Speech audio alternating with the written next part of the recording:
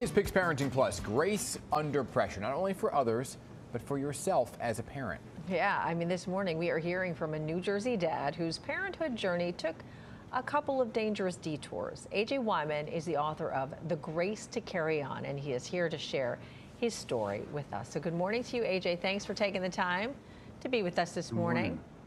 Thanks for having me. So your oldest daughter, she faced a life and death situation at a very young age, which is what prompted you to write this book. Can you tell us more about that? Yeah, my oldest daughter, Emma, our only daughter at the time, was diagnosed with an undifferentiated sarcoma at 7 months old. Wow. Her first round of treatment triggered an arrest, and we lost her for 6 minutes. Oh my God. Because of that, she ended up suffering a stroke and lost the use of the left side of her body. So now, on top of having to get her better through this illness, we also now needed to put her through a rigorous trip of physical, speech, and occupational therapies. Yeah. So we spent the better part of 4 months at the Children's Hospital of Philadelphia, Wow. Ronald McDonald House, just going from oncology to rehabilitation to isolation, and it was a vicious circle. But now she's 11 years old, and she's thriving.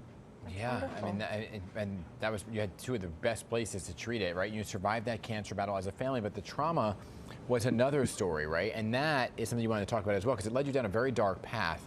So what happened here? Yeah, so I had dealt with a fair amount of trauma before even Emma was born. Because of that, I bottled everything up, and I didn't really talk about anything that was going on at the time. And then going into Emma's illness, I was more isolated than ever. And eventually it led me down a path of dangerous drinking and then addiction, and kind of had a rock bottom moment at which I decided to enter a facility and get my life back together and start it all over again. Yeah, so that inspired your book, right? The title of your book, Grace to Carry On, right? Yeah, it's a little bit, a nod to Emma and, as well as myself. And now you're on the other side of your addiction and your daughter's illness. So what advice then do you have for parents who are struggling to get through challenging times like this? Care for the caregiver is a very big theme in the book. It's mostly about Emma and her illness, but there's also warning signs in there. There's reminders not to do what I did. Maybe take a step back every now and then and take some inventory of what's going on. Lean on your support network and talk to people. Don't isolate yourself, and don't make the same mistakes that I did.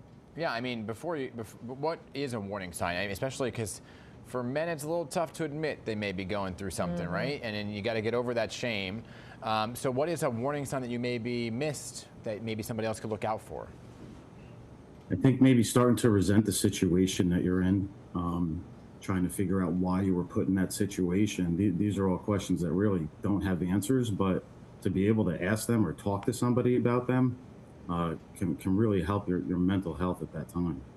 Well, AJ, we're glad that you are doing well and your daughter as well and your entire family. We are so appreciative of you spending time with us this morning. Thank you for having me, guys. I appreciate it. Of course. And you can pick up his book, The Grace to Carry On, wherever books are sold.